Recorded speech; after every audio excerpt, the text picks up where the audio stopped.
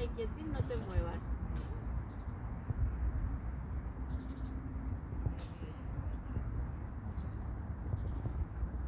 No te muevas, Tato.